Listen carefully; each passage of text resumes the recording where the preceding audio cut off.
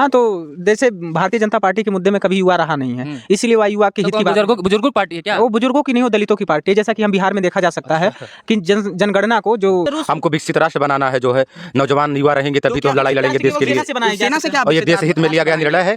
ये लोग भटके युवा है, इनको सद्बुद्धि है। मैं भगवान 500 रुपए में दरी बिछाने या चाटुकारिता करने का काम करते हैं, वो किसी भी युवा को, चाहे वह शिक्षित, ये लोग उसको रोजगार बताते हैं, आजीविका को ये लोग रोजगार बताते हैं। अब कहते हैं कि आप पकौड़ा बेचिए, वो रोजगार है, वो तो 1 लाख करोड़ का करा सकता हूँ, पोस्टर छपवाना, उसको कोई वो नहीं कहते। अंधभक्त टाइप का नहीं होता है कि इनको एक कहा नहीं गया कि सावन के अंधे को हर चीज हरा ही दिखता है, तो इनको हर चीज हरा ही हरा नजर आ रहा है। निश्चित रूप से सरकार युवाओं की है, गांव गरीब किसान नौजवान शोषित पीड़ित वंचितों की सरकार है। और निश्चित रूप से हर वर्ग भारतीय जनता पार्टी के साथ है। और जो रोजगार की बात है, पांडे हम मंडल मंत्री हैं भाजपा में। 55 लोकसभा अम्बेडकर नगर में कमल खिलने जा रहा है। 2 लाख वोटों से हितेश पांडे जी जीत रहे हैं। 2 लाख वोटों, बड़ी बात कह रहे हैं। गांव गरीब किसान नौजवान शोषित पीड़ित वंचित हर वर्ग भारतीय जनता पार्टी के साथ है।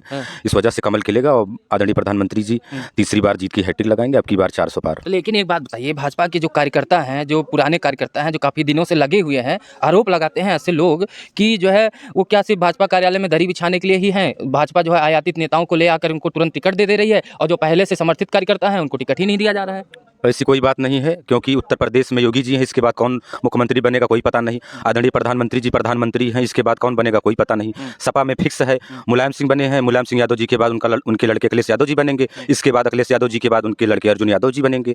और बसपा में बहन जी हैं, इसके बाद उनका भतीजा काम करेगा। वैसे जितनी भी वंशवाद और परिवारवाद वाली पार्टियां हैं उसमें यही है। और बीजेपी में प्रतिभावाद है, इसमें कोई फिक्स नहीं है। जो परिश्रम करेगा वो आगे जाएगा। परिश्रम ही तो कर रहे हैं लोग जिनको टिकट नहीं मिल रहा है, आयातित नेताओं को टिकट। अब उनकी छवि अच्छी नहीं रही होगी, इस वजह से नहीं पाए हैं। आप लोग का जनता में नहीं जाएंगे तो उनका टिकट कटेगा ही। तय क्या करते, क्या देख के तय करते हैं कि जनता के बीच में उनकी क्या स्थिति है कि दूसरे को उठा लाते? आप यहाँ जो कार्यकर्ता हैं वो काबिल नहीं है क्या?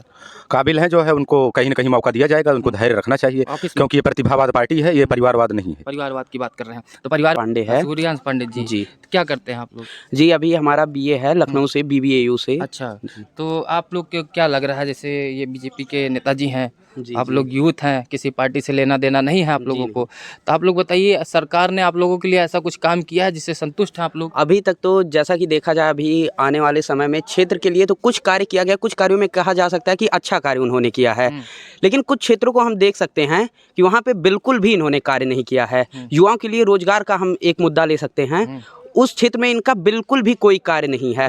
रोजगार पे कोई भी भर्ती आ रही है, कोई भी आप देख लीजिए, वो कैंसिल हो जा रही है, वो आप कोर्ट तक लिए जा रहे हैं, आप भर्ती पूरा नहीं कर पा रहे हैं। एक समय तक मतलब आप कब तक युवाओं को ऐसे करेंगे? आप युवाओं को अंधकार में रख रहे हैं। तो मैं इस बात को कहना चाहूँगा कि मैं जहाँ भी गया डिबेट करने के लिए, युवा इसी बात को उठाते हैं कि बीजेपी सरकार में रोजगार की बड़ी कमी है। लेकिन बीजेपी के जो लोग हैं वो तो कहते हैं रोजगार तो बहुत दिया गया है, आत्मनिर्भर बनाया गया है, लोगों को नौकरी देने वाला बनाया जा रहा है, नौकरी लेने वाला नहीं बनाया जा रहा है। तो आप लोग सरकारी नौकरी के ही ऊपर से ध्यान दे रहे हैं, ऐसा कहते हैं? भैया देखिए, बात ये है कि ऐसी कोई बात नहीं कि सरकारी नौकरी पे ध्यान दिया जा रहा है। जहाँ पे आपको जॉब सिक्योरिटी रहेगी, जहाँ पे आपका प्रॉपर टाइम वर्क रहेगा, आप वहाँ पे जॉब करना चाहेंगे, या फिर आप ऐसी जगह पे जॉब करना चाहेंगे कि आपकी जॉब सिक्योरिटी ही नहीं है, कोई टाइम ही नहीं है, आप 9 घंटे 10 घंटे कहीं आप काम करना चाहेंगे? आपको एक प्रॉपर टाइम मैनेजमेंट चाहिए ना किसी भी कार्य को करने के लिए। तो ऐसा थोड़ी ना होता है कि आप कुछ भी करेंगे, कैसे भी करेंगे। निश्चित बेरोजगारी की बात कर रहे हैं आप, मुझे लगता है। इधर आइए, आपका क्या नाम है? आलोक पांडे जी, आलोक पांडे जी, सब पांडे जी दिख रहे हैं इधर। हाँ, तो बताइए इनकी बात तो सहमत है कि नहीं? हाँ, तो जैसे भारतीय जनता पार्टी के मुद्दे में कभी युवा रहा नहीं है, इसीलिए वह युवा के हित की बुजुर्गों की पार्टी है क्या? वो बुजुर्गों की नहीं, वो दलितों की पार्टी है। जैसा कि हम बिहार में देखा जा सकता है कि जनगणना को जो सेंसस है, पॉपुलेशन सेंसस, वो संघ सूची का विषय था, यूनियन लिस्ट का विषय था, उसे कंकरेंट में लाके उस पर जनगणना कराया जाता है। जब ओबीसी और एससी की जनगणना शायद 84% पाई जाती है, तो वहाँ रिजर्वेशन बीपी मंडल कमीशन तुरंत एक्सटेंड कर दिया जाता है। उसको राजनीति से मतलब है, उसको युवा बुजुर्ग दलित इससे कोई मतलब नहीं। वो सिर्फ कहते हैं कि हमारी जो है पिछड़ों की सरकार है। हाँ, तो पिछड़ों की सरकार है तो पिछड़ों को लाभ पहुँचा रहे हैं। जैसे और क्यों ना पहुंचाए, जब उनके नेता ऐसे हैं कि एक 500 रुपए पे दरी बिछाने चले जाते हैं और आयातित नेताओं को ले आते, तो उनका काम ही रहेगा कि वो पिछड़ों की ही सरकार बनाएंगे। और सवर्णों की बात तो कोई सरकार फिलहाल नहीं सवर्णों की बात तो कोई नहीं कर रहा है, हम इतने कोई भी पार्टी कर रही सवर्ण की बात ही नहीं करता। बाकी तो होती ना, इसलिए उनको लगता है उनकी नजर में सवर्ण सबसे आगे हैं, इसलिए उनकी बात ही नहीं होती है। उनको जो लगता है, उनकी नज़र में तो लगता है महात्मा गांधी चोर हैं, उनकी नज़र में रखता नाथूराम गोडसे देशभक्त है। तो आप क्या नाथूराम गोडसे को देशभक्त मानेंगे? हाँ बताइए, क्या आप मानेंगे? वो तो कह रहे हैं हमने ही सवर्णों को 10% रिजर्वेशन दिया है। हाँ, सवर्णों को 10% रिजर्वेशन दिया कि आप 10% सीटों को एक्स्ट्रा बढ़ाए हैं, आप रिजर्वेशन किसी को नहीं दिए हैं। आप पहली बात बताइए। और सवर्णों को 10% जो रिजर्वेशन दिए आप ऑन द बेसिस आप इकोनॉमिकली दिए हैं, आप सभी सवर्णों को 10% आरक्षण नहीं दिए हैं। मतलब इकोनॉमिक बेस पे उन्होंने 10% वैसे दिया है, इकोनॉमिक बेस पे कोई आयु में छूट और इन सब ऐसा कुछ नहीं है। आप इकोनॉमिक बेसिस पे ओबीसी को देखिए, एससी को देखिए, कोई रिजर्वेशन की बात ही नहीं करता। सबसे पहले रिजर्वेशन का कोई बात ही नहीं। बीजेपी कभी युवा की बात करता ही नहीं, और बीजेपी बहुत तुष्टीकरण की राजनीति करता है, क्योंकि वो 4 साल कर दिया, अग्निवीर बना दिया। पहले आर्मी सही से चल रही थी, क्या उसमें कोई प्रॉब्लम थी? क्या कहेंगे आप? बच्चों के सवाल का जवाब दीजिए। इसमें युवाओं को बार बार मौका मिलेगा, और रूस में भी ऐसी व्यवस्था है। मतलब आप दूसरे के देश से रूस का ना देखिए ना। नहीं, तो आप हमको विकसित राष्ट्र बनाना है, जो है नौजवान युवा रहेंगे तभी तो हम लड़ाई लड़ेंगे देश के लिए। सेना से क्या? और ये देश हित में लिया गया निर्णय है।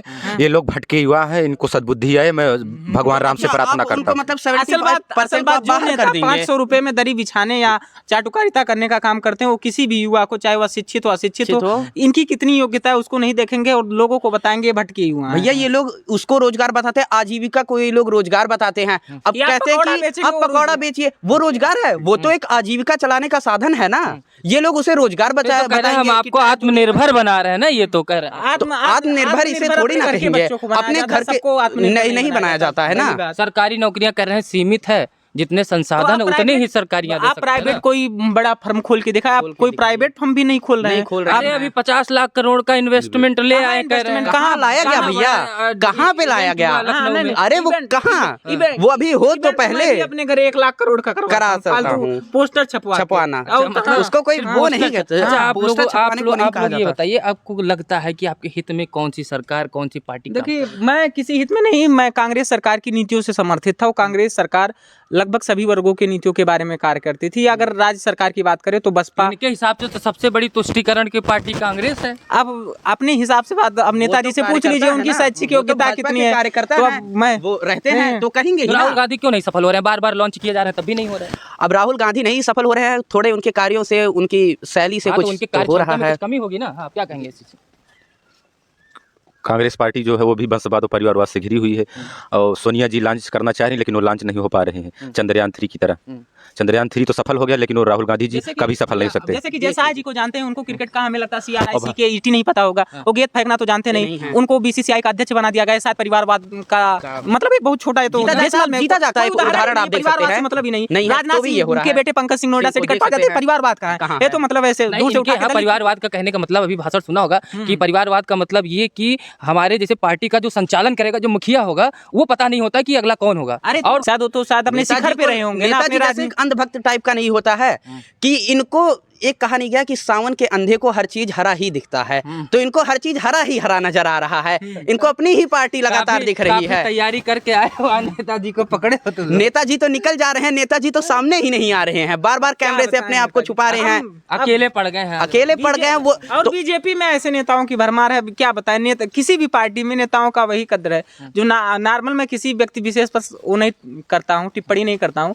बाकी जो 1000 रुपए में मतलब पार्टी में सम्मिलित जा रही 500 रुपए में, आप तो नेता की बात। हाँ, तो वही 1000 रुपए में जो नेता तो कमी है, तो आप सब में भी भैया नहीं, जनता बिक रही है, जनता का समझ आता है। आप जनप्रतिनिधि हैं, आप एक लीडर हैं, आप बिक जा रहे हैं, आपको नहीं बिकना चाहिए। 1000 रुपए में आप 1000 में बिक जाएंगे तो फिर आपके क्षेत्र से ईडी लगाएंगे। देखिए हम लोग व्यक्तिगत, जैसे सभी लोग जानते हैं कि हम ब्राह्मण हैं, तो हम रितेश पांडे को देंगे, मेरा खुला समर्थन है। क्योंकि वो लोग जानेंगे यदि मैं किसी और को भी वोट दूंगा तो वो लोग यही समझेंगे कि रितेश पांडे को ही वोट देंगे। कहा ही रहता है कि भाजपा को ये जो समण होते हैं, तभी कभी कोई दूसरी पार्टियां बात ही नहीं करती। जैसे समाजवादी पार्टी पीडीए लेके नारा चल रखी है, चंद्रशेखर दलितों की बात करते हैं, और कांग्रेस जो है उनका समीकरण ही नहीं लोगों को समझ में आ रहा है। बीजेपी है हिंदुत्व को लेकर चल रही है, सबका साथ सबका विकास सबका साथ की बात कर रही है। तो आप लगता कौन है नहीं कर रही, लेकिन व्यक्तिगत के नाते सबका साथ बीजेपी के नाते तो शायद अगर बीजेपी इस बार लड़ी होती, रितेश पांडे के अलावा कोई और उम्मीदवार होता तो शायद नोटा दबाना ज्यादा प्रेफर करते, लेकिन रितेश पांडे लड़ रहे हैं तो कहा जाएगा कि आप ब्राह्मण हो कि सिर्फ ब्राह्मण एकदम पूरी तरीके से हर जातिवाद करते। तुम्हारे का भी है और एक ये है कि वो शिक्षित नेता हैं, इस कारण से भी हम उनको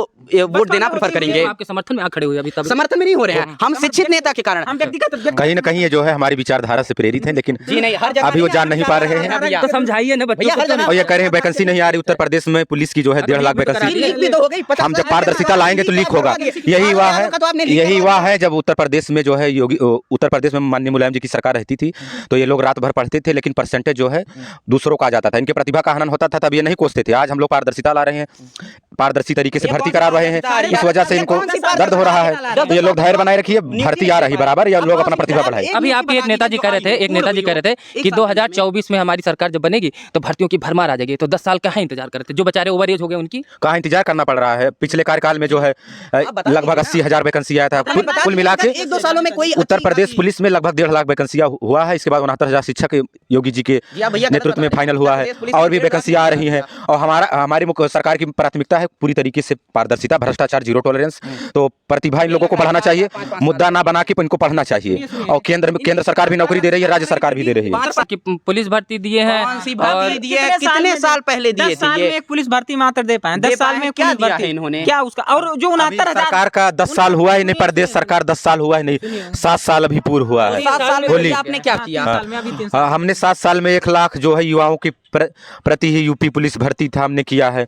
आप लोगों को जो है तैयारी करना चाहिए। आप लोग मुद्दा बनाते हैं, अपना प्रतिभा बढ़ाएंगे तो निश्चित रूप से आ पाएंगे। हम अपने ईसापुर में बात कर रहे हैं, ग्राम सभा ईसापुर में बात करें, वहीं बूथ के हम निवासी हैं। एक भी साल खाली नहीं जाता है। दरोगा कितने लोग बने हैं? 5-6 लोग सिपाही हुए हैं। अगर बेरोजगारी थी जो वो गन्ने के खेत से पैदा हुए हैं, प्रतिभा उनके अंदर थी, वो पढ़े हैं, हुए हैं। जब आप लोग पढ़ोगे नहीं, मुद्दा बनाओगे, कैसे आगे बढ़ोगे? कोर्ट में सारी भर्तियां पहले हाई कोर्ट में थी, अब चली गई आप सुप्रीम बताएं कि कोर्ट। आप गिनाए 69,000 जो भर्तियां फाइनल की, उसमें भी अभी अन्य पिछड़ा आयोग उनके भी 8,000 लोग बैठे हैं धरने पे बैठे हुए हैं। और कुछ जो विकलांग समुदाय के लोग हैं जिन्हें सरकार ने दिव्यांग बना दिया, वो दिव्यांग के हो गए हैं, वो भी धरने पे बैठे हुए हैं। तो नामकरण बढ़िया कर दिया।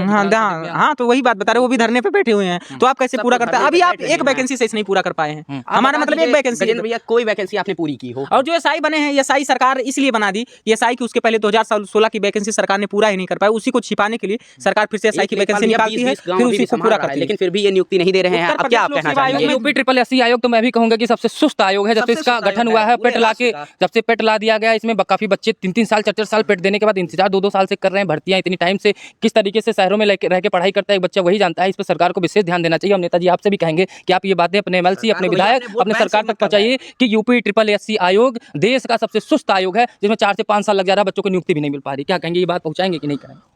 निश्चित रूप से सरकारी युवाओं की है, गांव गरीब किसान नौजवान शोषित पीड़ित वंचितों की सरकार है, और निश्चित रूप से हर वर्ग भारतीय जनता पार्टी के साथ है। और जो रोजगार की बात है, रोजगार भी मुहैया कराया गया है, सड़क, बिजली, पानी सबकी व्यवस्था सरकार कर रही है। सिर्फ ये लोग सब्र करें, और इन लोगों का भविष्य अंधकार में नहीं जाएगा। सपा के सरकार में अंधकार में था, बसपा के सरकार में युवाओं का भविष्य अगर उज्जवल है तो भारतीय जनता पार्टी में लोग उजाला कर